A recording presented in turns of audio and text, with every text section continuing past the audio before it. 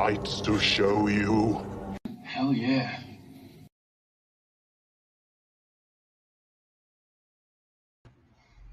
Literally, we have such sights to show you. Greetings and salutations. We are here on Wednesday. We are going to be having an announcement today. We will be moving this show to Sunday nights, and I'm just going to decide when to do it. I think beginning of June is when we're going to do it, but we'll be going live a little bit later. That way, you're done with the weekend. You can unwind and take a look at this beautiful face, Nate's beautiful face, Seth's beautiful face, and Jared's beautiful face. It'll be a good time. Tonight we were talking about Hellbound Hellraiser II, which is a great extension of the first movie. Almost hate calling it a sequel, but it's got the number 2 there, so we're going to call it a sequel. We've got questions. We're going to talk about the story. Seth's going to give us the overview of the plot. I got to turn my volume down. And don't forget, if you're new here, please hit the subscribe button on YouTube or go to YouTube. If you have a Gmail account, you have a YouTube account, subscribe. It's free. It doesn't cost you a damn thing. And just hit the like button there too. It is another lovely day of the allergy season here in Illinois. So I'm going to bring in Nate, who I think is dealing with the same damn thing. Nate, how are you? How are your allergies? Illinois is a bitch. I don't live there. No. Yeah. You're not too far away, though, buddy. Yeah, I'm not too far away. Louisville's in the valley, so like allergies are really awful here. Like, yeah. I mean, it's like one of the worst cities in the country, I think. Wait a second. For allergies. Louisville's in the valley. Does that make your wife and your daughter Valley girls? Totally. Good answer. Totally. Totally.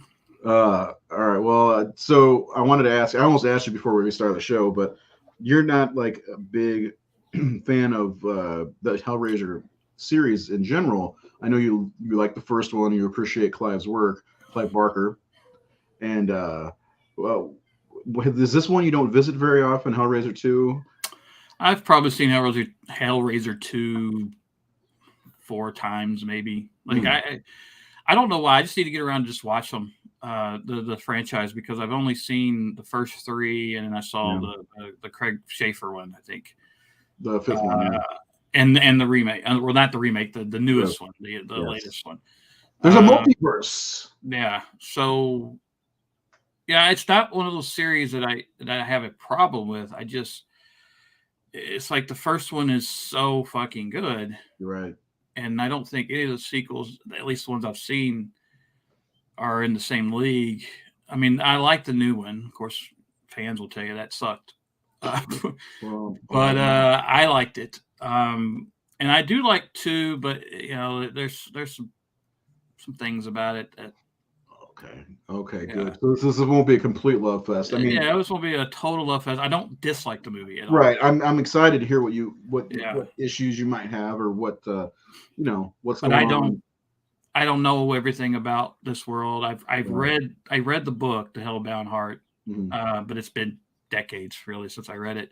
Well, and I don't know. I know Seth. He's read the comics. I don't know if you read all the comics, but Seth knows a lot about this.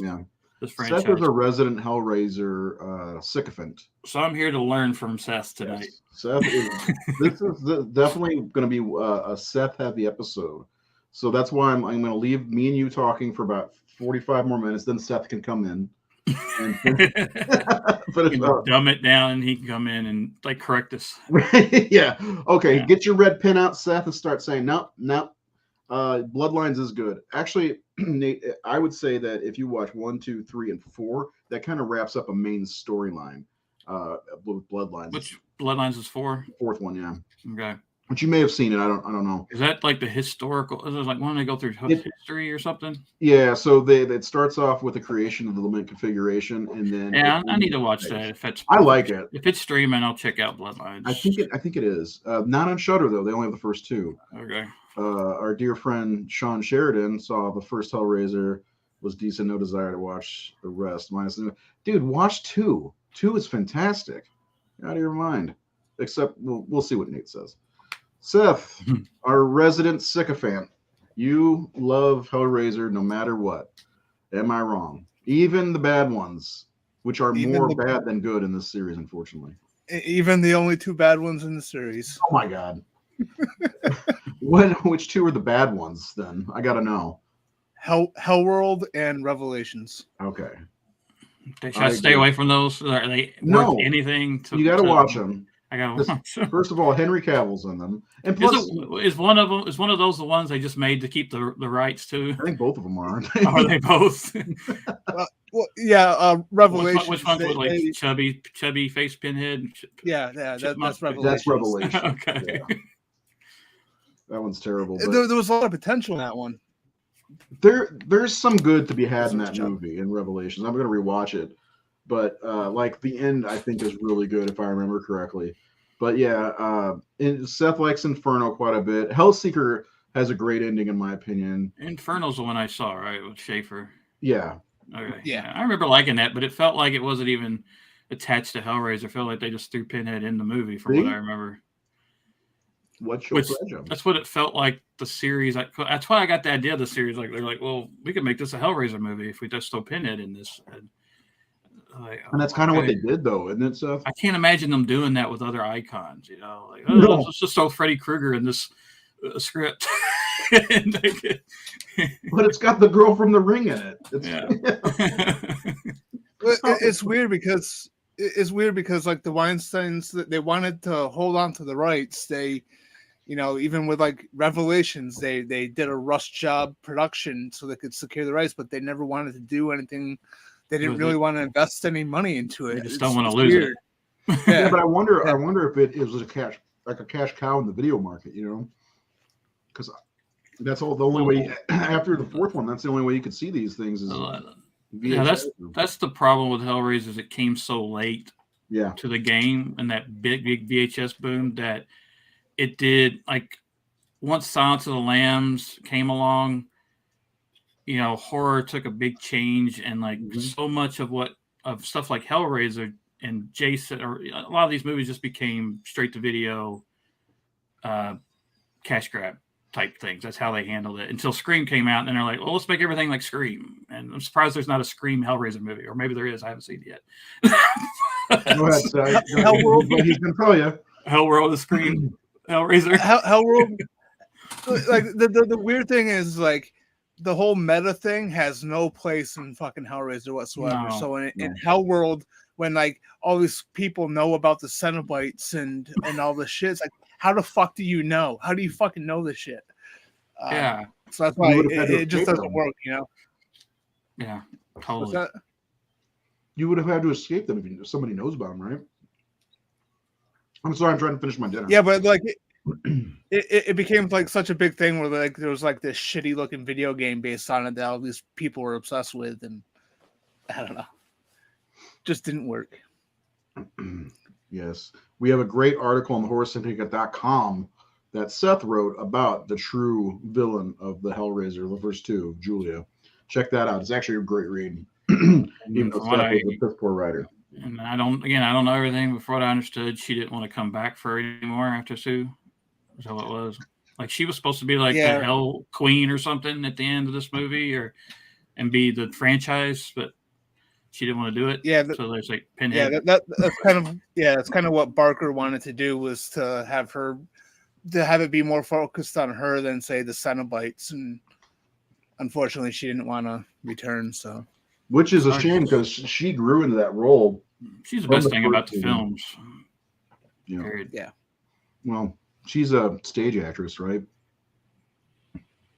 And sometimes, they can be uppity about such things. So Seth, you ready to tell us what this movie's about? Sure. Do you have that shit? I don't know how.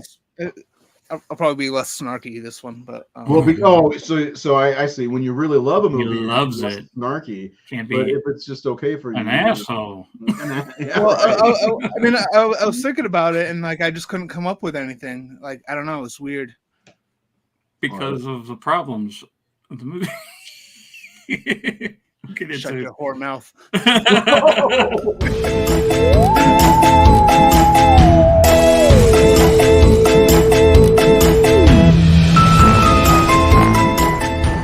An asshole.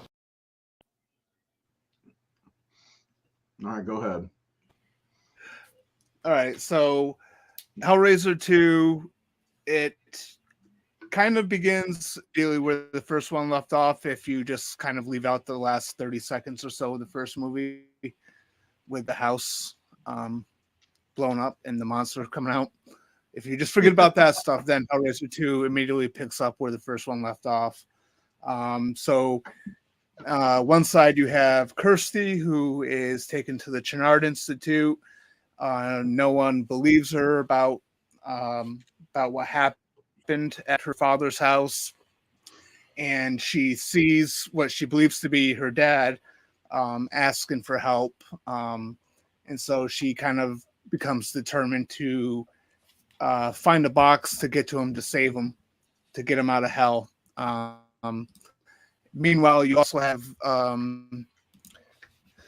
Dr. Chennard himself, who is obsessed with the lament configuration, and he manipulates things so he gets the mattress that Julia died on, brings her back, and basically he wants a glimpse into that world. You know, he's very curious. And then also you have Julia, who has taken in a new lure, Leviathan, where she's basically doing what she did for Frank, but for Leviathan, by basically luring Chennard into into this world. So that's basically it. Sorry guys, I didn't have anything assholish to say, but there's a lot going on. What's that? I said you're still an asshole in my book. Oh, of course. That's not going to change. Yeah, I mean, this is a movie that, like you said, other than the very ending of Hellraiser, which I don't know, you can look at that in a couple different ways, because don't they bring that house back in Judgment? Also, well, that house is in part 2. It's where they get you see the cops in there get in the mattress and stuff. So they just kind of, I mean, back then too, it wasn't like so much of the rewatchable thing where, like, because there was a year in between. Yeah. So it came out the very next year. Yeah. Right? So it's not like, and it's not like people are watching the first one right before going to see the second. So maybe they're kind of counting on your I don't know, amnesia. We get that. Yeah. Yeah, I'm going to apologize again that I'm finishing my food, but it's What's dinner your time. pleasure, sir? What's your pleasure? So mine is chicken lo mein with chicken fried rice. That's my pleasure. Nate, I do. Helena got the General So. She got the better. I went out and had a piece of chicken. I was like, holy shit, this is delicious. I should have gotten that. Anyway. I have the bourbon chicken. They have mustard chickens, which are really good. So give me your, like we were talking about, you do like the first movie for the most part. What are some of the things you did like about this one, Nate? I did. I like this movie. Like, I don't want to put out there that I don't like the film. It's just watching it, I noticed some things that just kind of keep it from being as great as it could have been. I think it has a lot of elements that could make it great. And I don't want to get into the complaints yet. So what I like about it, again, like Hellraiser is like at a time where I would lump as far as like the big 80s titles, to me, Hellraiser and Nightmare on Elm Street kind of are they're the creative dream world. Like, this movie feels like it could, like, I could see Hellraiser and Nightmare on Elm Street melding very easily. This movie, it feels, and in the first movie too, it feels dream world like. It feels fantasy based. A lot of the Elm Street stuff became fantasy based in many ways. The dream world feels hellish in Nightmare on Elm Street.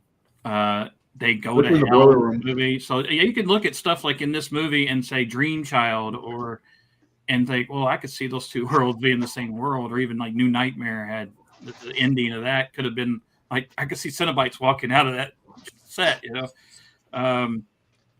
So the visuals are still there. The great Christopher Young score, the great lead actress, and the cast is phenomenal again. I love the cinematography. Although there's some problems. My hookup with my hang up on the cinematography is Randall shot this in so many close-ups. Almost every shot's a close-up, which usually you do when you don't have any money, which they probably maybe didn't have money. I don't know. I don't know what the budget was, but usually you keep it tight when you don't have enough money to build your set and dress your set. And so maybe that was the case. I don't know, or maybe that's just his choice to shoot just a lot of close shots, a lot of tight shots. Which is saying, like when we get those wides, of course, a lot of the wides are like matte paintings and things like that, just because they're you couldn't do that practically then, not without a big budget making miniatures and things. So it's all obviously matte paintings and yeah, but I think they look good though.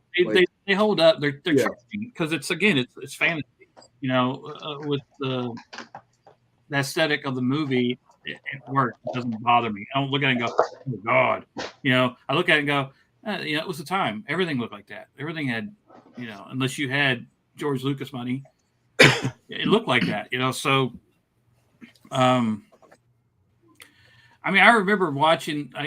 One of my vivid memories of this movie is going to see the Dream Master, and they had the cardboard cutout in the lobby for this movie with Pinhead and the female Cenobite Barbie. I got to meet. She was really nice. I met her and Doug. And I remember my uncle having the first two films on VHS, and I was visiting him in Tennessee, and I hadn't seen them, and I asked his opinion. He said, those movies come straight from hell. So I was like, and the movie has, the thing this movie has, it does have one of the scenes that I was afraid to go back to, which everyone probably can guess. It's the scene that's like when I saw it as a, 13-year-old kid, it was like, oh, fuck. Like that was hard to sit there and watch. And it still was watching it this week. Was it this? It was that, mostly what happens before that of him with the razor blade, get him off me, cutting himself up. Even before they got him on the mattress, he was freaking out about all the shit on him. Yeah. Yeah. So that, and just all his wounds, I guess, from scratching himself or cutting himself or whatever. It was just gross and upsetting to watch somebody screaming and cutting themselves with a straight razor. It was just, it still is difficult for me to watch. I don't enjoy it. And it's so that to me was the scene that stuck with me forever after seeing the movie. Like that, when I think of Hellraiser 2, I think of that moment. I think of that scene. I can see that. Like the same thing with this scene from the first movies. The one that kind of sticks out. Both resurrection scenes. I posed the question to our followers, which they like better, and most people say Frank's, which is fine. But man, Julia's is bloody and gross, and then she comes out of the mattress and is crawling around trying to get to the. It's like it's creepy, and it's in daylight. It's like it's suburban because the guy's sitting there in the curtain.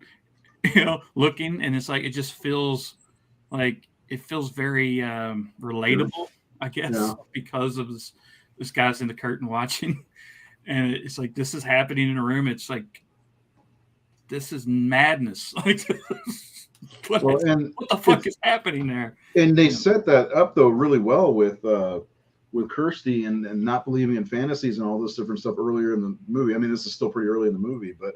And that the reaction of that other doctor is really, visceral for him. That's really I really do like that moment. And I really love Frank's hell with the women moaning and under the sheets. Eternity. Yeah, that they there to tease him and he can't touch them. But can't touch them. I think that's a great addition to it's visually stunning. It's sexy and erotic like these movies are, like Clive Barker's work usually is, which you didn't really like. His films are sexy on a different level, like all the rated R horror films we saw in the 80s weren't erotic. They were just like, oh, here's some teenagers taking a shower and here's whatever. It's like, but in Hellraiser there's a sensuality constantly going through it. I mean, everything is driven by pleasure and flesh and sex and all that. And that's where these films really stand apart. So I don't dislike the movie. Just watching it this time, these were things that I didn't notice before. That, you know, and they're not major issues. I mean, the big issue I have, I was actually just listening to Roger Ebert and Gene Siskel, who hated this movie. Oh God, I bet they did. And Roger pretty much said what I felt about this big thing. But for the most part, I think it's a strong movie. Actually, I just think there's this big issue that I have is what keeps it from being as great as the first, because it has. You're killing me. All right. What the problem is? All right, to me, because from what I understand, they were. What's his name? Andrew didn't want to come back, right, as the dad. Is that his name? Andrew Robinson? Is that his name? Andrew Robinson. Okay, Andrew Robinson didn't want to come back, so they had to reshuffle because it was supposed to be him instead of Frank, if I remember right. So they had to rework things, and then with Pinhead and all this, it just seemed like there were all these last-minute changes or restructuring to apply, like to deal with actors not signing back on or not wanting to come back or blah, blah, blah, or what the future of the franchise, whatever, that the film feels like it lacks structure to me. It feels like, I don't know, there don't seem to be any acts, which is not a horrible thing, but there's no,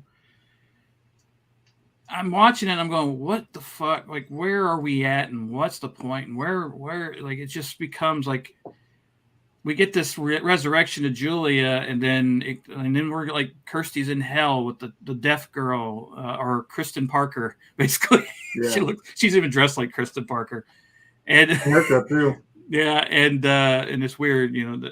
But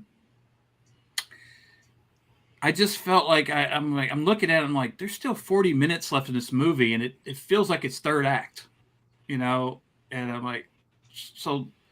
The structure is what the problem is for me. It just feels kind of, I think Ebert kind of said, it's just like scene.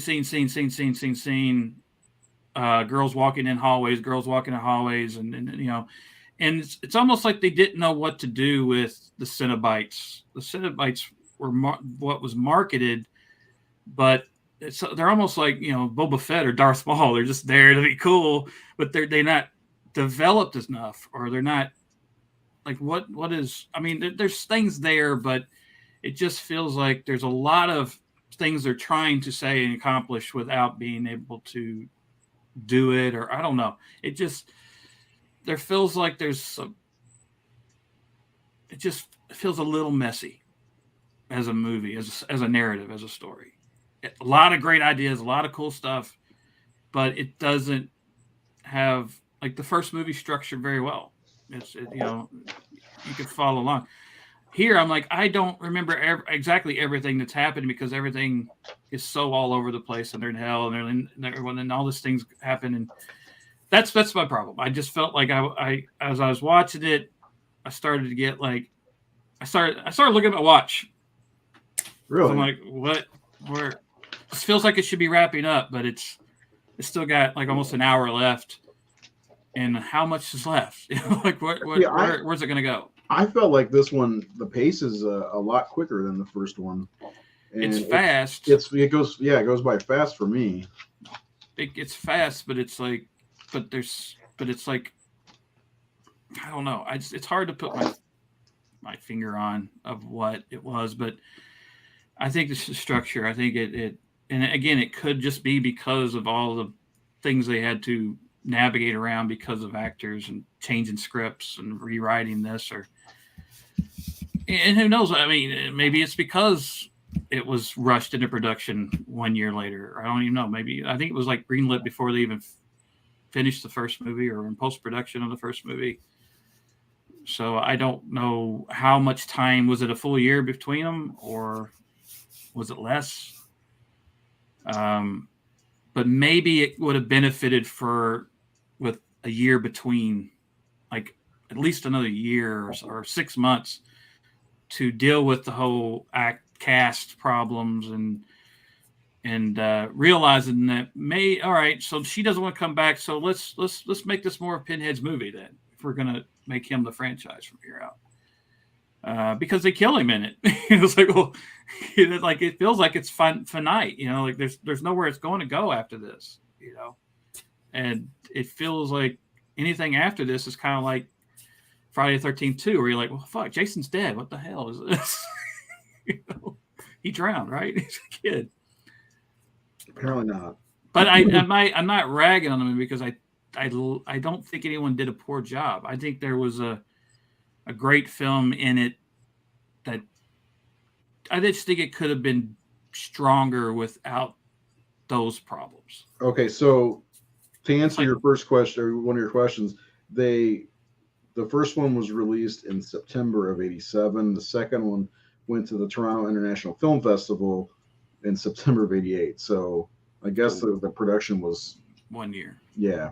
It wasn't a year production. Well, yeah. Which is not impossible to do. We saw a lot of movies rushed, but that was the '80s, really. I think to me, Hellraiser is so complex that it would benefit from more time. It's not like, well, we got a guy in a hockey mask and he's killing teenagers again. All right, well, we can write that in a week, but Hellraiser just has this is such a loaded story and loaded film and mythology. Yeah. Mm-hmm. There's so much there that I think if they had one more year of pre-production and worked out all the bugs with casting and who wants to come back and who doesn't and where we're going to go, I think it would have been more cohesive and narratively stronger than it is. And again, I that's what it's almost frustrating because there's so much good in it. And I remember loving it, like when I saw it, and I watched it this week, we're supposed to be critical and I'm watching and I'm like, why am I I almost like I don't know where this is going and I don't almost care where it's going because there's so much. And I do remember not loving the whole doctor thing. I mean, I like the doctor thing, but I remember, I guess when I came to it, like, why are the Cenobites just kind of there? They don't seem to have, what is their purpose in this movie? And are they good bad guys or the bad guy? I guess they're not really good or bad. They're just, that's a good point. I think it's a good point. I mean, they serve a purpose. Well, they kind of do, but I mean, Seth has an answer for this because we talked about it. Yeah, he knows more about it. Yeah, but I'll let him. They have such a grand entrance in this movie. Yeah. And just like Kincaid and Kristen and Joey, they're kind of unceremoniously killed off pretty fast. But the thing I like about the Cenobites in this one are the banter with Kirsty. There's a lot there from left over from the first movie, and that's one of the things I really liked about the Cenobites. And then, of course, Julia accomplished her mission with Dr. Chenard, and he took him to Leviathan, and he systematically took out the Cenobites. Seth, weigh in. Correct all of that bullshit I just said. Not correct it. Because I'm not an expert. I don't know it. Well, I know, but I do know that Andrew Robinson did not like the script, right? From what I heard, he just refused to do it. Yeah. Well, I mean, so you're not entirely wrong about the structure of it, about it not having acts. This one wasn't written by Clive Barker, so it wasn't quite as structured and brilliant. Like Clive at least had his novella to go off of when he made the first one, and he's a very talented writer. So you're not wrong about that. As far as the Cenobites go, you have to remember, I mean, even in the first one, they had very little presence. The Cenobites are interesting because they're not, they're not your typical, villains because they're not motivated by anything. They're not motivated by greed or revenge or anything like that. It's they kind of forget it sometimes here and there in some of the sequels, but they're not. It's not personal really with them. It's a matter of you open the box, we came. The consequence.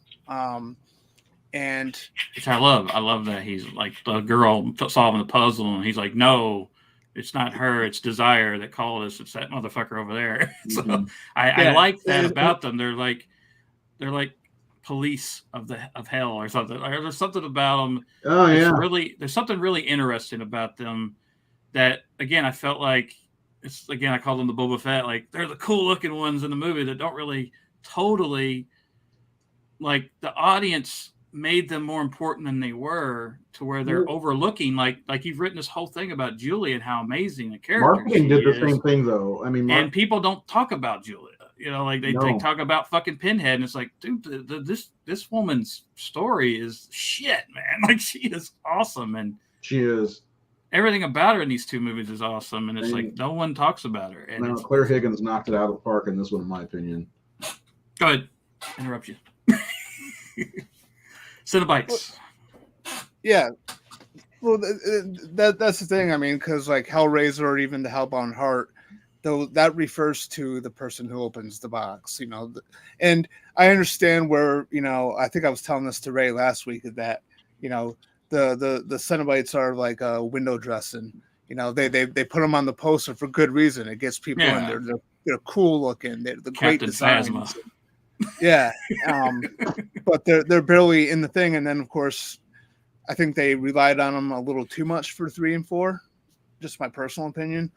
But for me, what I really love about Hellraiser 2, though, is essentially Julia and her whole arc going back to the first one. I love the fact that this is an extension of the first one. Yeah. It doesn't have like a perfect story structure, but it's kind of ambitious, maybe a little too ambitious for what it wants to do, because you're trying to you're trying to give Kirsty a storyline where she's trying to find a way to get to her father, who she believes is calling out. I mean, that was just the way to bring her back too, wasn't it? Well, yeah, essentially, but at least they try to give her some sort of story, but on top of that, you're also telling a story you're continuing the story about Julia and how she's basically now like the queen of hell, essentially, luring someone in for her new lover. Like she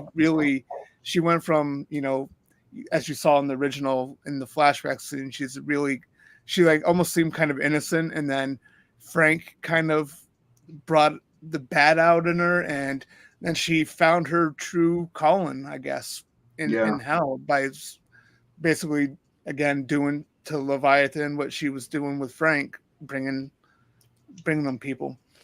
So they're doing that story as well, but then they're also doing the story about Dr. Chenard, and so there's a lot of elements. And I love Dr. Chenard, by the way. Yeah, and then you also have Kristen Parker 2.0. You have that I'll story be right back. where it's just too many narratives going on where there's not enough time to flesh them all out. When you were talking about it, I have a question for you, because I mean, I read the Hellbound Heart, but I don't remember everything. I mean, the movie is very different from Hellbound Heart, right? Like the first Hellraiser movie, or is it close? Because it's been so long since I read the novella. But I'm wondering, like, should Kirsty have been important to the Hellraiser films, or is that maybe because all these movies at that time had final girls, teenage girls that the boys watching would want to see? And would this movie be better if Kirsty wasn't in it? Like if it was just Julia and the doctor? And the thing is, that's hard to sell on teenage audiences, which are coming to see the movie. They want to see Ashley Lawrence and this Kristen Parker number 2. They want to see young, hot girls, which they both are.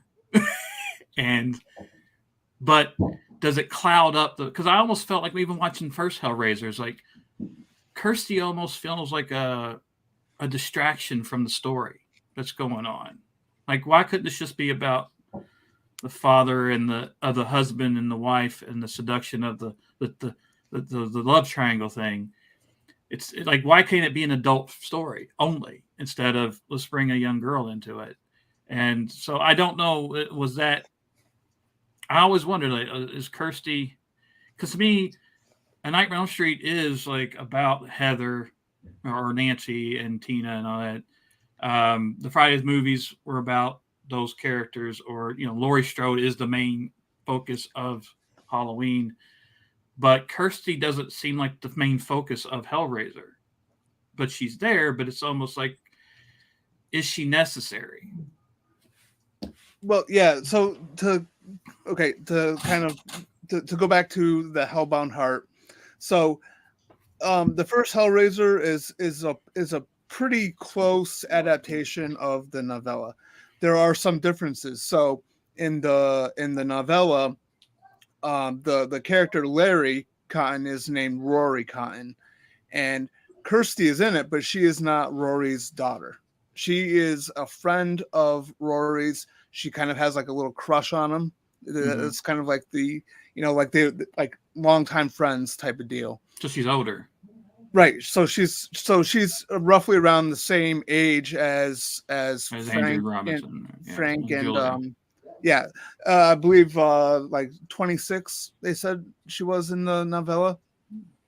So there are some, there are some changes made. I mean, even with the Cenobites, because the nameless Cenobite that we know as Pinhead or the Hell Priest wasn't really the leader of the Cenobites in the novella either. But basically everything else is essentially the same, where you have, Frank opens up the box inside the house.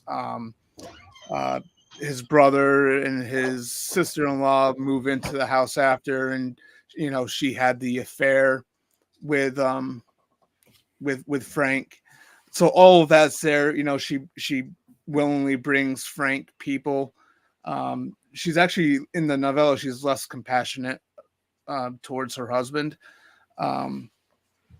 So all that's there, but yeah, Kirsty is like, she's in it quite a bit, but she was never really a major character, because the novella is really, it's basically Julia's story. It starts off with Frank, but then once after Frank gets visited by the Order of the Gash, it becomes Julia's story until she encounters him again in that room. But yeah, she was never really like, Kirsty was like, she was sort of like, she was the surviving character. There wasn't even a boyfriend character for her in the novella, but so she was like the sole survivor of that story. So it's maybe not completely off that maybe there was like people in Clive's ear, like, hey, we should make this character. We need some young flesh in this movie to sell to the teenage audience, because that's what that's what the market is doing right now. We have our final girl. We have the young girl in the film. We can't make this movie about middle-aged people. Right, and that's probably exactly the reason why they or why Clive made Kirsty the daughter of Larry. She wasn't in the Hellbound Heart though, right? Right. So I had to take a poop, so I'm sorry. Yeah, he was saying it was just like an old friend of his. Closer to his age than Kirsty and a daughter. Yeah. Yeah. So that clears up, because I do, like, every time I watch these movies, I'm like, Kirsty almost feels like a distraction from what's supposed to be our focus. Again, I just felt like maybe it's because of what who they were trying to sell these movies to. Like a lot of any adult horror film at that time was not as successful as the movies that were teen driven, because teen audiences they were selling the stuff to. Yeah, I mean that's the whole thing. The audience is really how they dictate, especially with movies like Friday the 13th. They saw what those movies were doing, I'm sure, in Elm Street. But Clive wasn't making movies about teenagers. He wasn't writing stories about teenagers. Now, was he not allowed to come back on the next one? Was he even asked to do the second one? Do you know anything about that, Seth? He never wanted to be a director, did he? Like, he wasn't really. Well, he ended up directing like 4 movies, though. Yeah, well, he did 3 really, technically, right? Was Rawhead really is? I don't know. I feel it seems like I read that he just never really had any drive to be a filmmaker. Like that's why he only made a few. And maybe it was frustrated with Nightbreed and all that. I don't know. Yeah. Well, yeah, I mean, he got screwed over pretty big on Nightbreed. Or maybe he was focused on Nightbreed because Nightbreed came out the next year, right? After Hellraiser II. 1990. Yeah. Well, I thought I read something where like he wanted to make Hellraiser himself because there was a previous adaptation of one of his stories that he wasn't happy with. Was it Rawhead Rex? It's very possible. Very possible. Yeah, I've never actually seen Rawhead Rex. Have you? Either of you? I saw it. I don't remember anything about it. I remember it was just okay. I own it, but I never watched it. That's one of many movies I own that I've never seen. I'm ridiculous about that type of stuff. So what other questions or what other things can Seth answer for you, or did he get everything? I think he answered a lot of it. And again, like I think he gets what I mean. Like, I'm not like shitting on his movie that he likes. Like, I think right. It's like I don't want to make these complaints because Right. I think the movie has so much, but I think I do what he just explained is really part of what my problem was the movie's a little crowded because they're trying to do too much. It's ambitious. And because you're trying to do so much, and as you said, Ray, it moves fast. It does. Which means you lose story. You lose times for the characters to have something to do or to breathe. Yeah, to breathe. Yeah. And it's like not too long after we're in there. And like I said, I feel like it's pressure to the movie feels like it's capturing on what was working, or almost like somebody in marketing or whoever was in charge of money was like requesting certain things be added to this movie. Like we need more younger characters. How about we throw a mute girl in there? We need to, Dream Warriors had just been a big hit, and that was a movie with just tons of teenagers and young people in an institution. This feels like there's elements of Dream Warriors in this movie. I feel, and I mean, from the doctor to the insane asylum or what institution, and then the girl that's pretty much Krista Parker version 2.0, and I mean, Kirsty feels like she might as well be Nancy Thompson. Kind of dressed like her a little bit. Kind of dressed, yeah. The whole time I'm watching it. You got the blazer, yeah. So same kind of hair. When I was watching it last night, I kind of wondered. I was like, did they take some beats from Elm Street? Because think about Dream Warriors. I mean, there wasn't a lot of kids in this one or anything, but they spend a lot of time in the dream world, especially in the third act. And in this one, they spend a lot of time around in hell, labyrinth and hell, and it's like it kind of has the same feel. Yeah. So the whole time, it just feels like that, but it almost feels like were they forced to do a lot of these things that maybe they wouldn't have done if they weren't trying to sell a certain product in a certain. Because again, this was the era of slashers, and that's what was selling. And I just wonder if there was that's why they said, all right, Pinhead, we could sell that guy. Yeah. We could sell that. Oh, well, he doesn't really matter. No, we need to sell that. Give him a backstory or something. I know Clive had written a backstory, which really wasn't totally used or explored. But I don't know. It just feels like maybe there were notes and demands that muddied what could have been a more fluid movie that's not there. Wait, Clive's plans for the backstory of, was it not Elliot Spencer? Well, it was, but I think there was more that they didn't use. From what I read, that Clive had written a whole thing about the origin of Pinhead and things. And we see that, but it's brief. It's what, 2 minutes long, a minute long. It's the very beginning of the movie, really, isn't it? Him opening Yeah. the box, and then you see him turn back as he gets turned back into Elliot Spencer. It's a Anakin Skywalker moment. Yeah, he gives Kirsty that look. Tell you No, it's reminding me of tell your sister you were right about me. Yeah. When I saw it last night, I was thinking about it. I was like, oh, is this You are right. You were right. But I keep saying Star Wars stuff for this. Boba Fett, Darth Maul, Anakin Skywalker. Because Star Wars is everything, okay? Come on. You know this.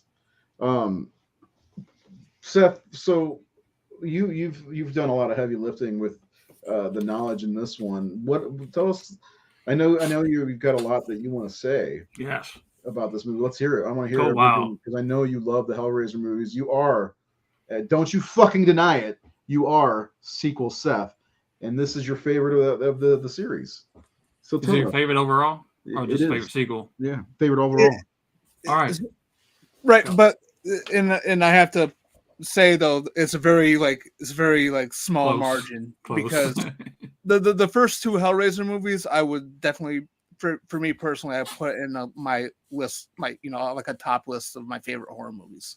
I love the whole world, the mythology. I love the looks of the Cenobites, and they're just, I don't know, they're just, they're not for everybody. They can be hard to watch at times, especially if you're not into body horror. But there's a lot of really cool stuff into it, which is why I really latched onto this series. I love the stop motion animation stuff. Yeah. The little tentacles and the flowers and the finger coming out and all that. Yeah. Yeah. But one of the things I love about this movie is it's kind of, it's funny because you guys mentioned Dream Warriors and all that. One of the things I love about this, it kind of mirrors my thoughts about Elm Street 1 and 3, where the first film is more contained. So the first Hellraiser, it mostly takes place in this one house. Yeah. Mm-hmm. And then the second film is an extension of that story, but they go bigger with it. And I know bigger isn't always better, but I kind of like the way they really expanded upon the world. And we do get a fairly long amount of time inside the inside the world that the Cenobites exist in. So I love it for that. I just love it, especially as a sequel. I know when I was younger, I really loved the whole the sort of like the backstory of Elliot Spencer, and I did like when I was younger. I liked the I guess you could call it a sacrifice at the end. It wasn't, they didn't really put up much of a fight, which is, now I'm a little iffy on that part. But for me, just being for me, there's like such a big appeal to this world. And I love Chenard to an extent. I thought he was a interesting secondary villain. Yeah, he has a Hannibal Lecter vibe to him. Even the it kind of reminds me of Brian Cox's Lecter and Man. Oh yeah, I can see that. Yeah, totally. Well, it's interesting too because he's like, it's almost like, the way this movie starts off, it almost seems like he'd be the main villain, but he actually just is being manipulated by Julia. Yeah. So I love that. The whole sequence with Julia's resurrection, that can be hard to watch. I mean, there's times where I'm just like, I have to kind of turn my head a little bit when he's cutting himself. Yeah, you guys are babies. Well, I mean, it's a really cool sequence, but just like when he actually cuts himself, I don't know. There's something about it that they do it a really good job. I'll admit that, but like, something about someone self-mutilating themselves is hard. Like, I remember, he's not really aware of it though. Well, he's not aware. I mean, he's like doing what he wants to do, but like, there's something about someone cutting into their own flesh like that. Like, I remember vividly having a similar reaction in Nightbreed, where the guy cuts his face. Yeah. I like, oh shit. Yeah. That was one of the most memorable moments of that movie for me. Yeah. So, yeah. But it's a really cool and memorable sequence the rest of them, for this Dan. movie. Sorry. Sorry, Dan put up this is his 10th favorite movie. I want to hear what the rest are. Go ahead, Seth. Yeah. So, I mean, I just love everything about it. I especially love Christopher Young's score. I think he really this to me almost kind of feels like the epic Hellraiser movie in a way. Like it just feels much bigger in scope. Mm-hmm. Yeah, like I mentioned to you yesterday, that scene when they bring the that's like a triumphant return of the Cenobites. It's such a great shot scene, and then the score, the way it swells, is like, holy shit! It felt like it was a massive moment. You know, Young's score. I mean, Young always does it. Like his Hellraiser score is always great. I mean, he makes Nightmare on Elm Street 2 feel bigger than it probably should have felt. Like it's because his score is so good. But one thing I do wish, and of course, this again is budget and all. Kirsty and Hell are going through their land, like when Pinhead's like, look around, whatever, you know. It's almost like I wish there was a hero's journey element to that, like watching her go through hell.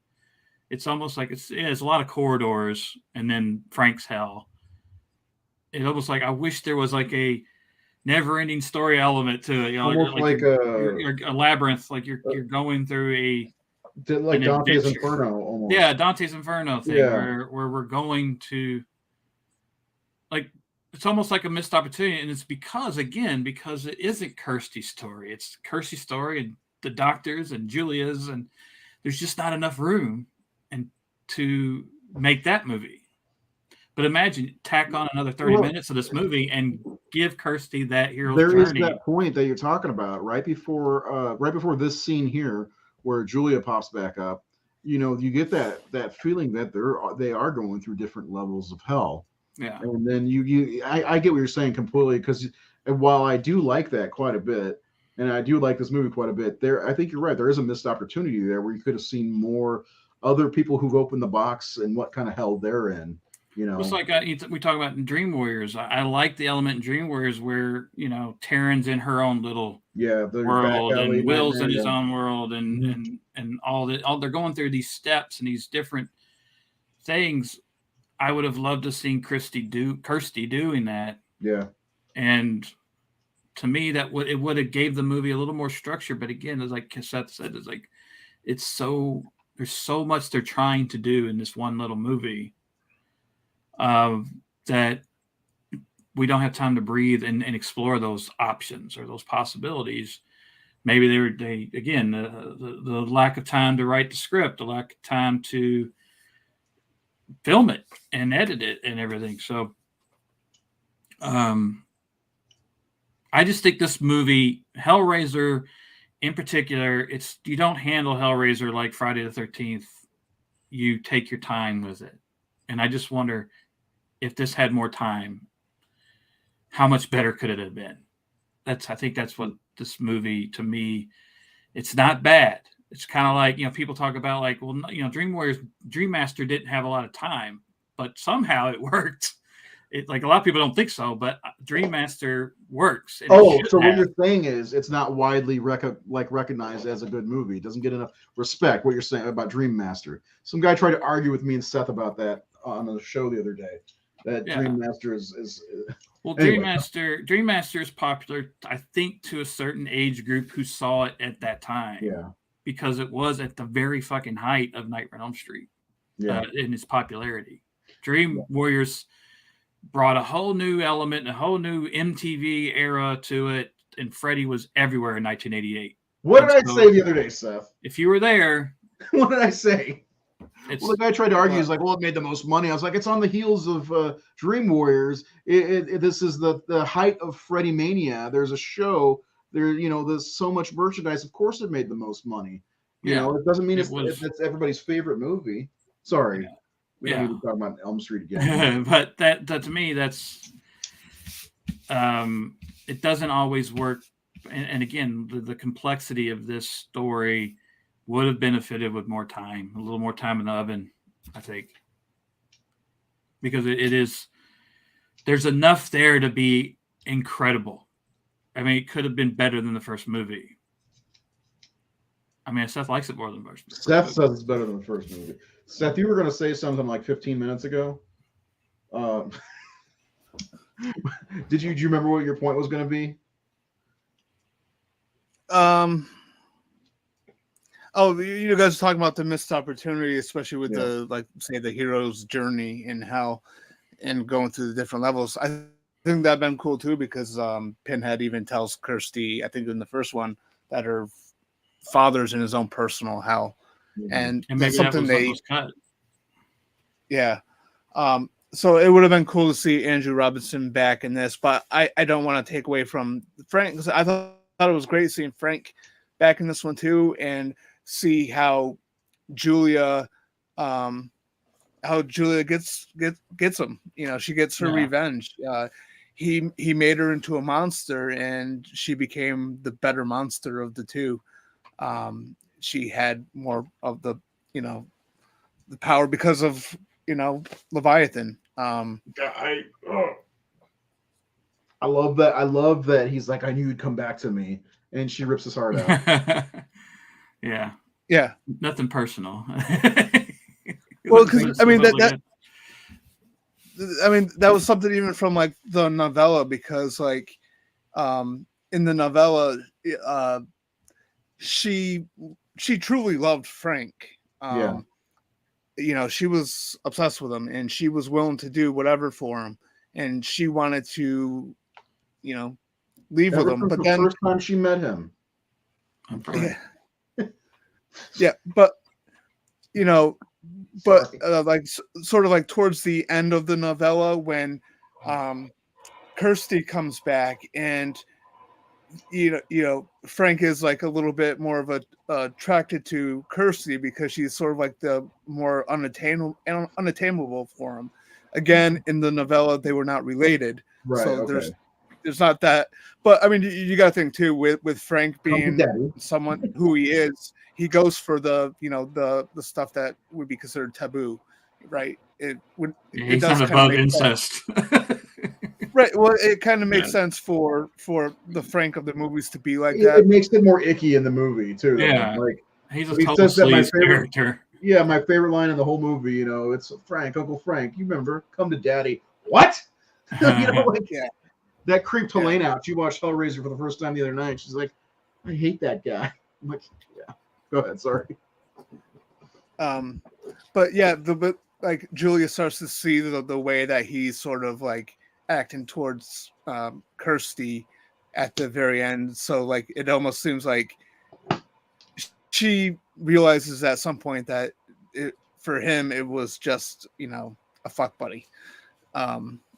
You know, it wasn't the love that she thought, and at that point she was already being manipulated into being a monster by luring men there to kill them for Frank, so he can begin to regenerate.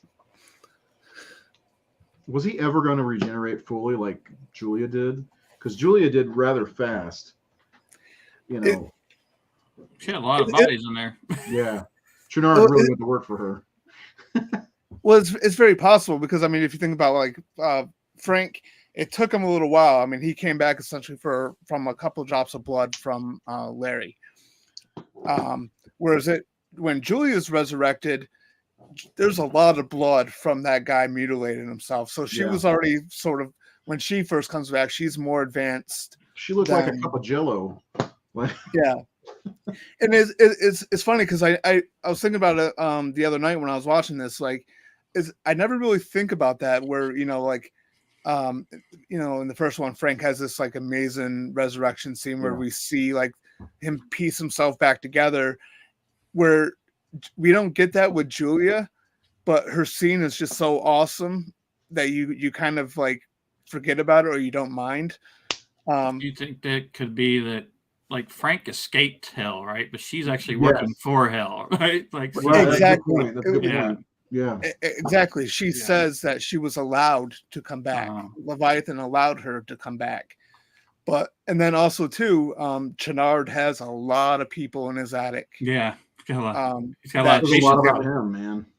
Yeah, and then you know, you see that scene where I thought it was filmed pretty good, where Julia comes up on Dr. Kyle, Yeah. and you see like a piece of her back missing, Mhm. and then she starts to like suck face with him, and then it Wanna kind of suck goes. face? No. Yeah, but then it goes back like around to her back, and it's all like it's you know, perfect flesh. So like she regenerated, and then it continues to go around, and you see where Dr. Kyle is really sort of like being sucked dry, Yeah. not in a good way. Ooh. Somebody's saucy tonight.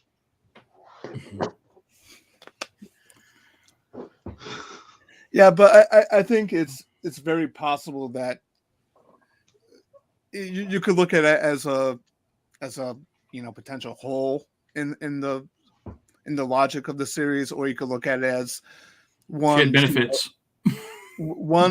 she was allowed to come back. She was working for Leviathan, and then also she had a lot more sacrifices at her fingertips, so to speak. Yeah, where Frank maybe got 4, I think. 3 or 4. Yeah.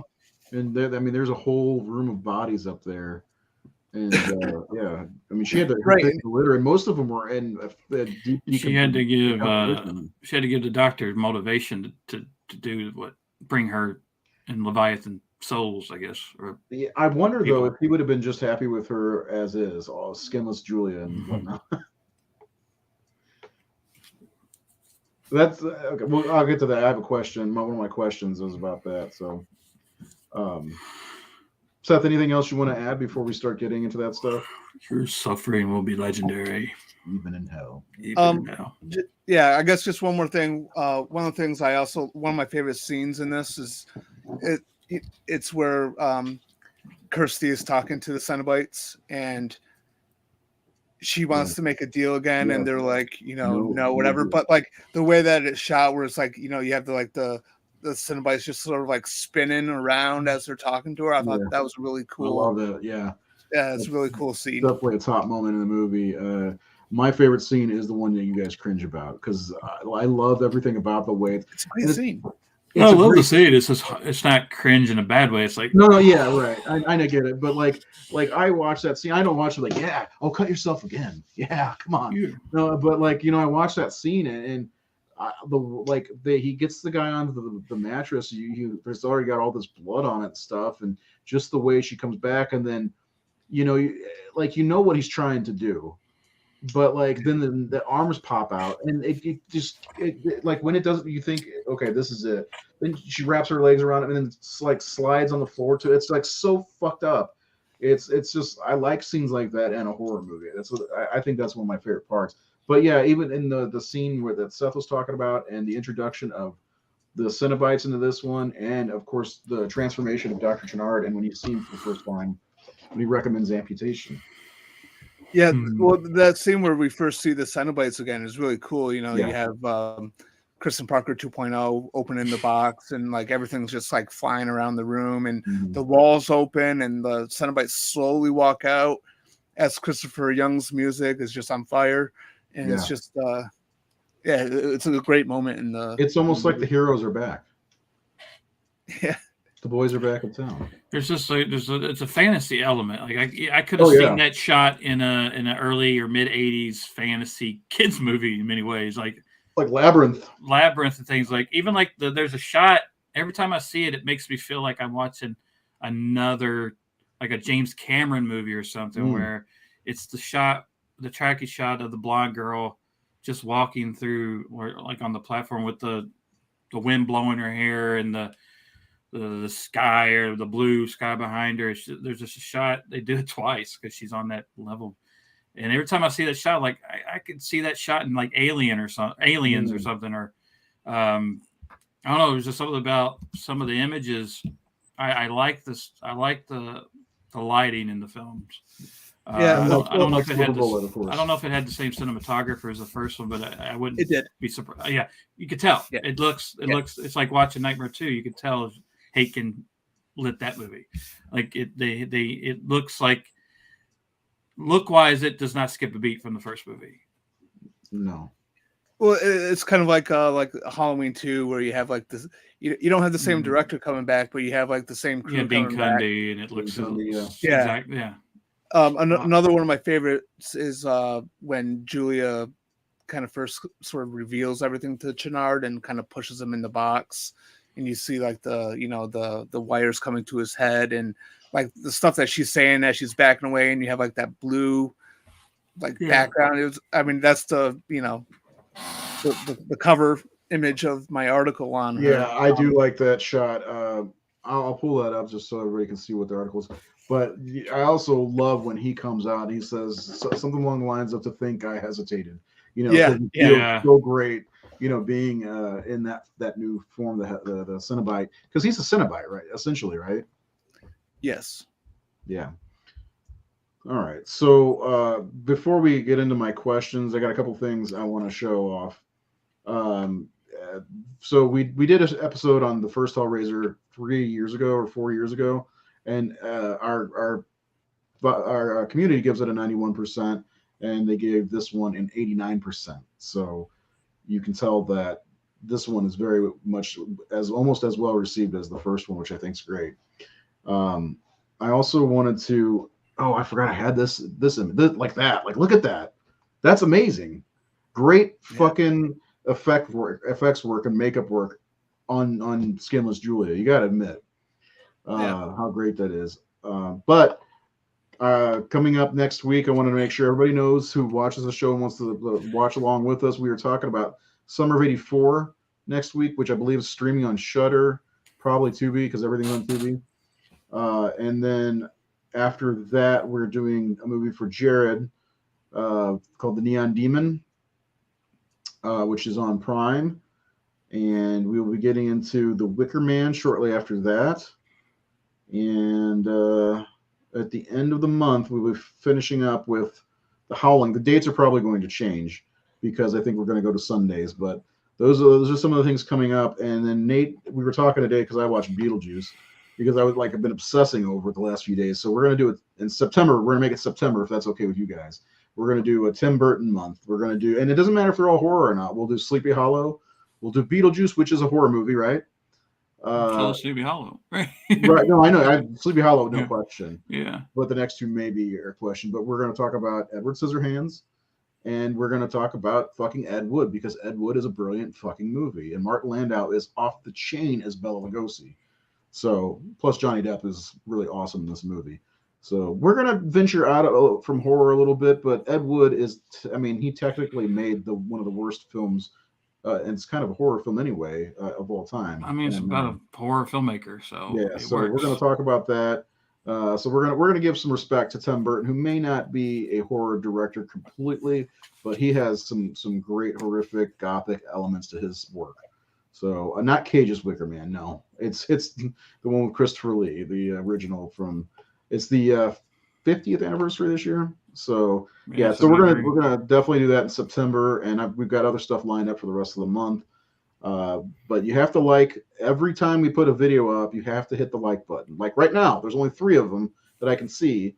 Hit the like button. Come on, helps us out. Helps other people see it. We'd probably still be talking anyway. Even if not. I do have some questions, so here we go.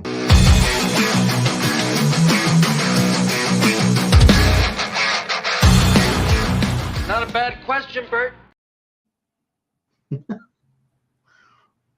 I love that. Not a bad question. Okay, my first question for you guys is kind of I maybe I missed something, but is it maybe even a plot hole?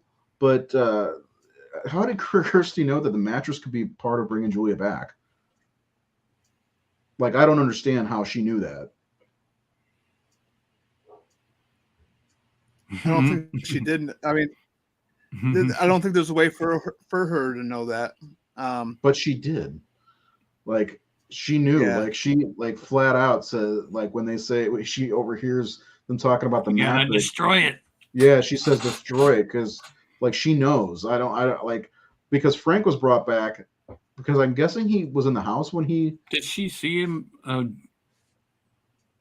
Julia on that mattress dead, or I can't remember. Yeah, towards the end, she goes in the room and she's holding the box. I guess she could know that Frank died in that Yeah. attic or whatever, and wherever they died, that's where they could come back. So it's like you got to destroy it so she can't come back.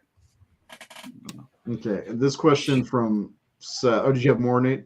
No, I don't. I'm bullshitting.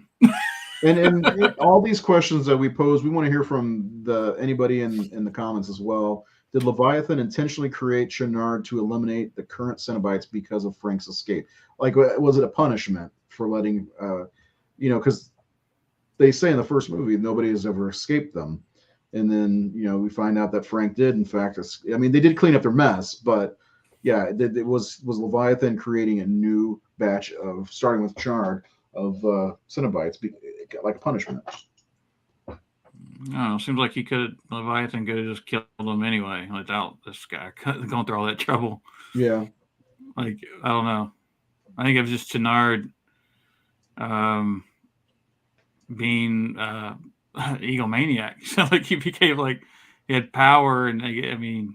Yeah, but Julia kind of did lead him to become the Cenobite. Yeah. And Seth, do you have an answer for this one? Like, I know this was your question, but. Well, yeah, because trying to figure out a way to justify what happens at the end with the idea of Leviathan creating a new Cenobite and this new Cenobite killing the previous was like I don't know if it's right now I could just look at it as a potential theory that. Perhaps because of the events of the first one, that Leviathan was basically being like, all right, no, I'm going to start a whole new Order of the Gash, starting with this new leader. Or it could be, Channard having power, but at the same time, they made a very clear point in this one that the Cenobites were originally people who they don't remember who they were. It's like when you become a Cenobite, you lose that part of you. But I'm not sure. I just thought it's a potential theory where Leviathan is. Yeah. I would listen to Stephen Wright because he's got a new book out, and I was hearing his joke, and he said something like, I think I have amnesia and deja vu because I think I forgot about this before, or something like that. I think I forgot about that before. Are you still trying to suck your own wiener? What are you doing? Yeah. Chanel's got one on his head. That's true. Actually, Seth, no, that was the only one you gave me, wasn't it? Yeah. So my next question is, which resurrection scene do you prefer, Julia or Frank or Julia? I mean, I've got them both right here. You got, and I put a little quote in there. I might be misquoting one of them, but you got Frank, Uncle Frank, you remember come to Daddy, or Julia, the evil stepmom, now the evil queen. Which do you prefer? It's tough. It is tough because the first one is kind of like, to me, it's iconic and somewhat legendary the way they did it in reverse, and he's so gooey looking. That's from 2 Drops of Blood, where Julia's getting a wealth of blood and so much more. So they're different and similar at the same time. I think I got to go with the first just because of the artistic style of it and the accomplishment of the effects people. Yeah, pull that off. It's so well lit, and I mean it ranks up there. I think it's they're both amazing, but I think that first one, just from a technical and effects perspective, it's actually really extraordinary considering budget wise and I always loved the Dream Master Resurrection, and it's kind of like that. You should have been on the show with us the other night. We do too. Yeah. We did the Dream Master show. Dream Child on Sunday, Nate. I'm just saying. One of your favorites. Seth, what about you? What do you? Oh, by the way, Julia does not like your answer, Nate. Seth, what about you? That's not Julia. It's some other actress. Yeah. Yeah, true. Be careful because this is what she'll do to you. It's like she didn't have blue eyes. Oh, does she? Does she have blue eyes? The eyes look dark there. Is this a tough question? Does it make you? Yeah, okay. Ooh. Makes me sweat. Yeah, I'm never gonna drop that. That or this will never go away. So I'll have those forever. Go ahead, Seth. Answer the question. Well, yes, it is a tough one to answer because, in my opinion, both are great. They're both very memorable scenes in their own individual movies. You know, so my cop out answer would be both. But I guess I would have to go with Frank because I do like seeing him sort of like I do kind of like seeing him piece himself back together. I think it's much more of a creative and just cool visual, whereas Julia's is more of like a shock factor kind of. Yeah, Julia's it's all about that. The like hands coming up. The hands coming up, the legs coming out and wrapping around the guy. And then, like you were saying, the whole crawling and slimy around and pulling him and yeah. Both are really good. I think I do like Frank's. I actually wrote that into a comic I wrote about 10 years ago of somebody coming back and the arms comes out and pulls himself up. It's a comic that never got published. I'll just show you guys the panels. It's about a rock star from the 80s who died on stage who's getting guided through the afterlife by his spirit animal, which is a shark horse. Half shark, half horse. Yeah, anyway. I need to get that comic to see the light of day because I think people would like it. Anyway, next question is this one's for you, Seth, because I know you're a kink master. Am I wrong in thinking skinless Julia was sexier than Julia from the first film? She was, even when she was wrapped up in bandages. By the way, I love that look by her with the bandages. I think that was awesome looking. Oh, Bride of Frankenstein. And she's got like little blood fingerprints on some of the bandages in different places. It's such a cool look. And you guys don't have to answer. It's just a weird question I came up with last night. Well, I mean, she was, at that point fully transitioned, so she was like, her whole body language was different by the time that her character got to part 2 than she was in part 1, where we really, like in part 1, we really see her full kind of journey. The way she kind of struggled, there's that great moment where she's in the bathroom and she looks at herself in the mirror. Yeah, punches her in the mirror. Yeah, after killing the first guy. I mean,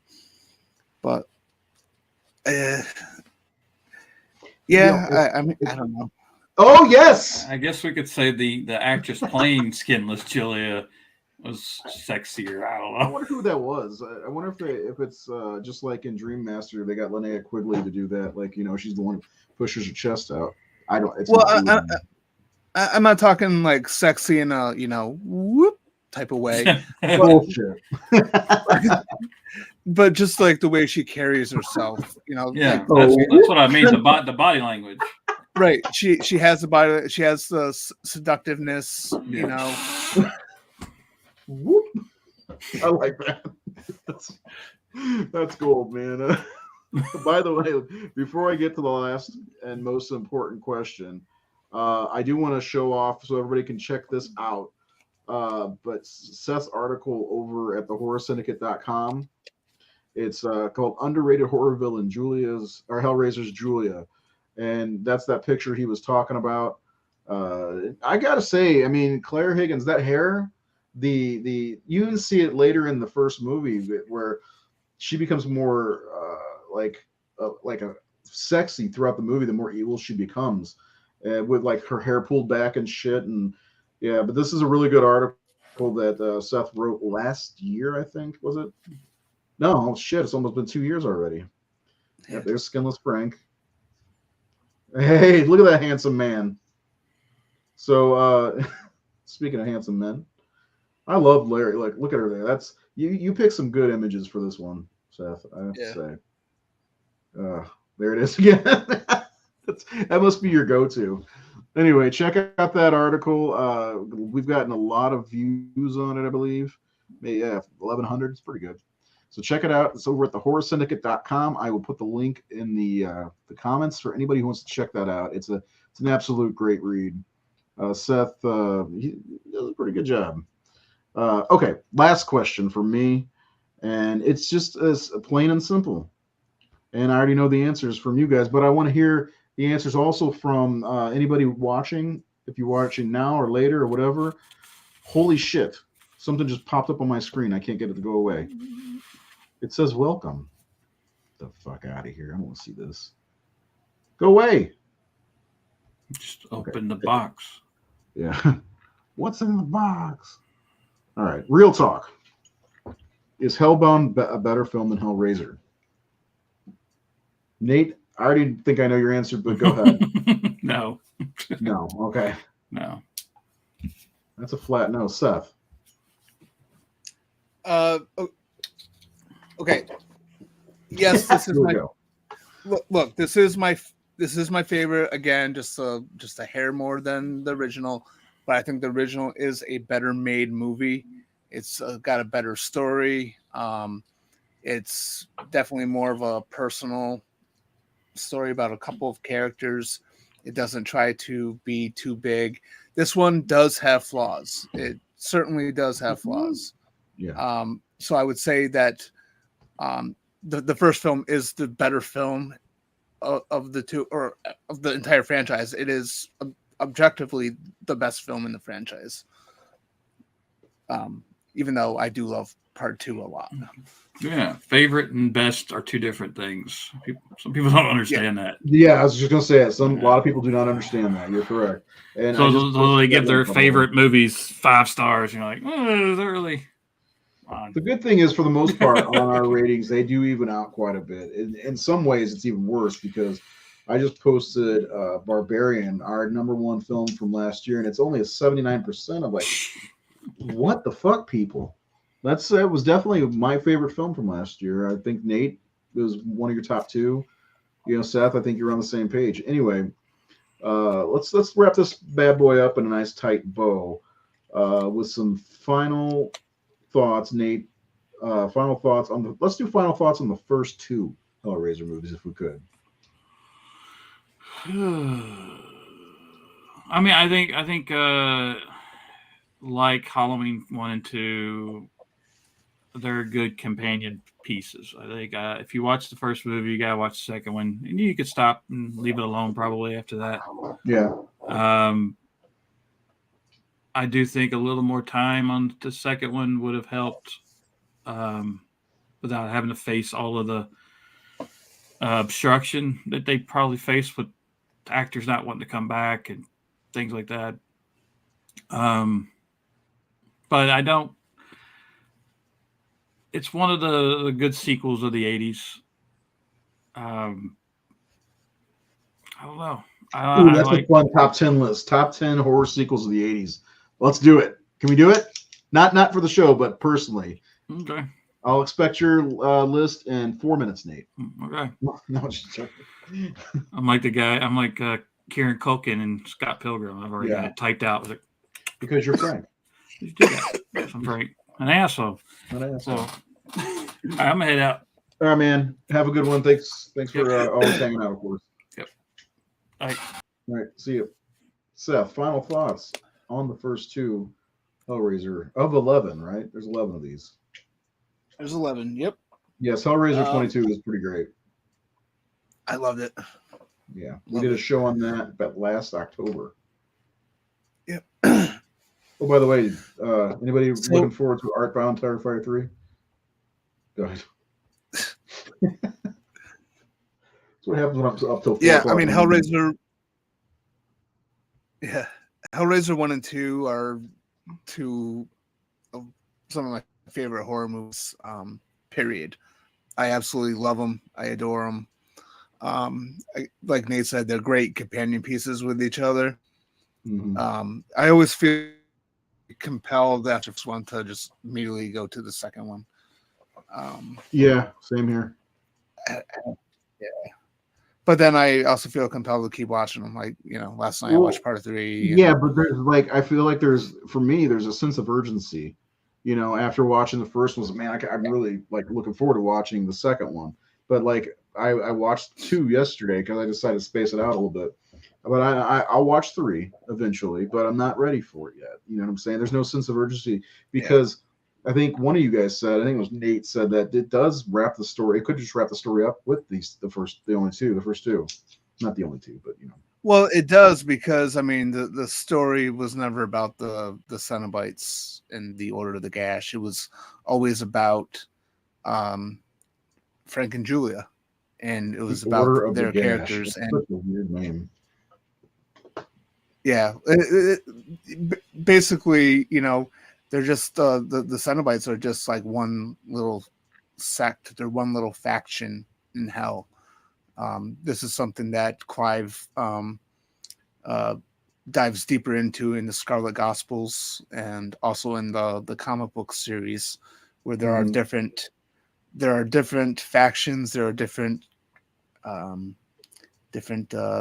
looking creatures or whatever that exists within this one world. They're referred to in the Hellbound Heart as theologians of the Order of the Gash. So they're like a religion within hell.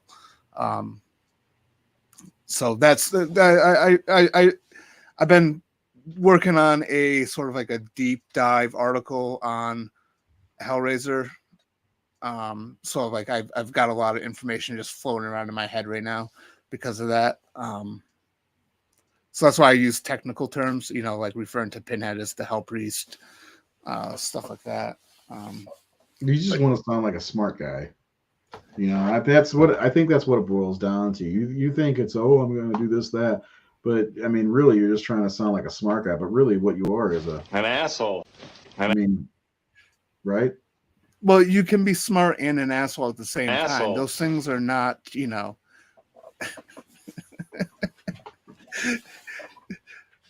Well, that's the thing, though. Is one of the things I love about this series is the world, and that's why I really love the books and the comics, especially because they dive way deeper than the movies ever could. Because, like we mentioned, sort of in the beginning of this episode, the Weinsteins they had the rights to this property that they never really wanted to do anything with.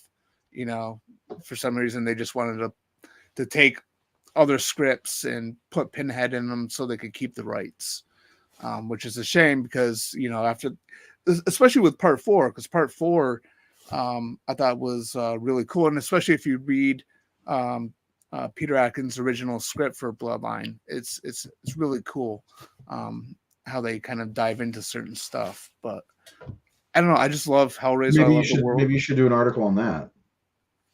Well, it's going to be included in there. I'm going over. No, a complete breakdown of the Bloodline script. I could. I could. Don't don't be an asshole. Come on. I am an asshole, though. I can't help it. By the way, did I ever show you this? Oh, that's cool. It's Erebus emblem of the Lament configuration box. I need that. Design of the Priapus. Anyway, yeah, it's I got this at Horror Hound a couple years ago. It's came in the frame and everything. I'll tell you what, I'm going to Horror Hound in August. If I see another one of these, I'll snag it for you. It's only like $5. Yeah, that's cool. Yeah, if I can get my hands on one, I will get you one for sure. That'd be great, man. You absolutely need that on your. My brother Jake has one too, but his is a little bit different. They had a few different versions of that, but I like that one the best. So, yeah, Pinhead, all of his lines are the best lines in every one of the movies. Period. Like watching Hellraiser with my daughter, she's like, all his iconic lines are in this movie. I'm like, I know, like even in the second movie, he's got some great lines. I mean, the fourth movie, he's got some great lines. It's just like if you look for a what's it called, a collection of Pinhead's best lines on YouTube or something, it's going to be pretty much everything he ever says. So like he has the greatest lines, and they're so well written. That's one of the reasons I'm glad that these movies are the way they are, and at times do focus on Pinhead, because he in Bloodlines he's got some great lines, especially when he's dealing with Angelique. So, oh yeah. Well, and Doug Bradley is just so good. Like I don't know why people feel like there is a debate. There is no debate. Like Doug Bradley is the definitive Pinhead, and everyone knows it. Yes. But like, especially in like part 3 and 4, like he really kind of shines in those, because part 3 was his movie for sure. Pinhead's totally. movie. Yeah. Totally. Yeah. And we're gonna do. I think it was this year or next year on our other show, the Seth and Ray show. We're gonna break down every single Hellraiser movie the way we do on that show, and give us our scores and all that shit. So that'll be fun to get to those as well.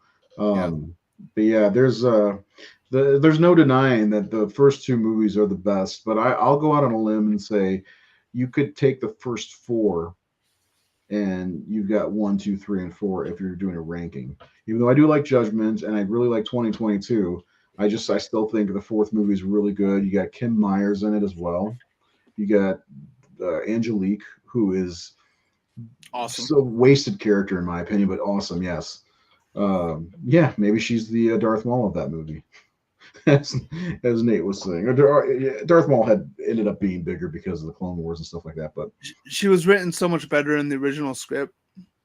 That's why I think you should dedicate a full breakdown of that script. Not right away. I want to see what you're working on now for sure. Speaking of, anybody that is looking for the opportunity to be a part of the Horror Syndicate, not just follow the Facebook page, watch our shows. We're thinking about bringing some new contributors on to write for the website, and even maybe be on a show, because I think we're going to branch out and do a couple other shows other than this and the Ray and Seth show. And Friday nights, I'm going to start doing my own show where it's me for about a half an hour, and I've talked to a couple of my friends in indie horror about maybe coming on and doing like a talk show almost, called the Rayzor Hour or some bullshit like that. But all you got to do is send an article and why you want to be a part of the Horror Syndicate to the Horror Syndicate at gmail.com. It is the Horror Syndicate spelled out at gmail.com. And if you want to be a podcast possibility on one of our live shows, you got to make a video.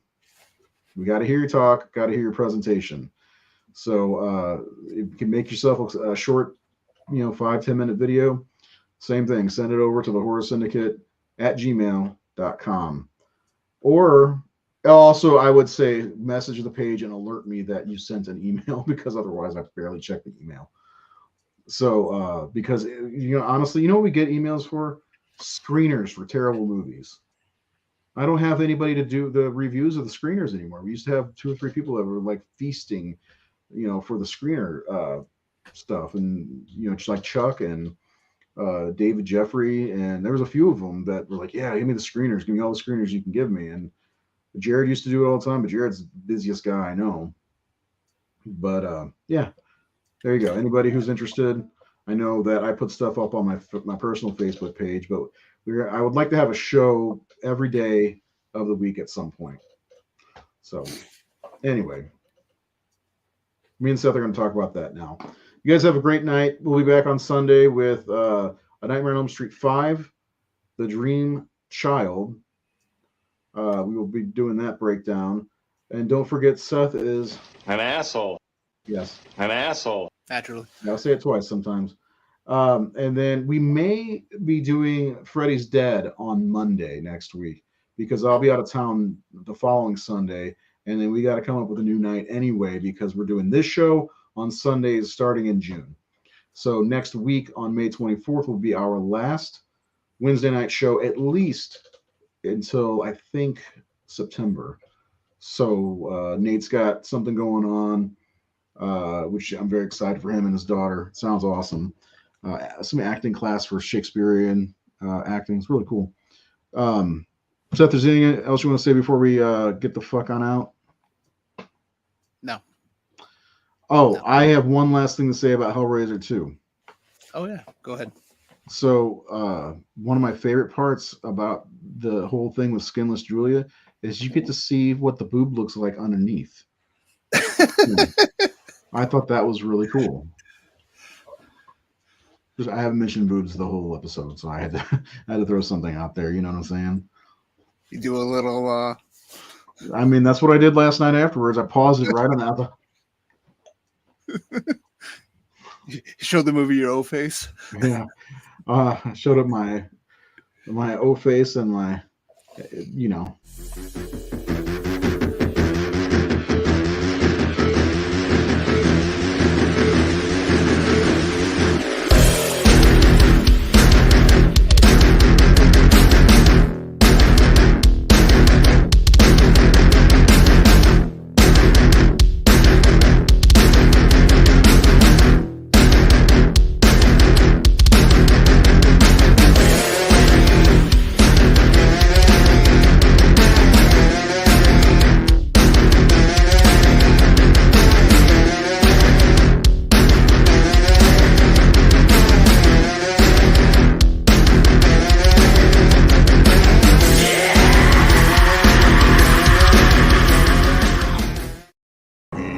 Such sights to show you. Hell yeah.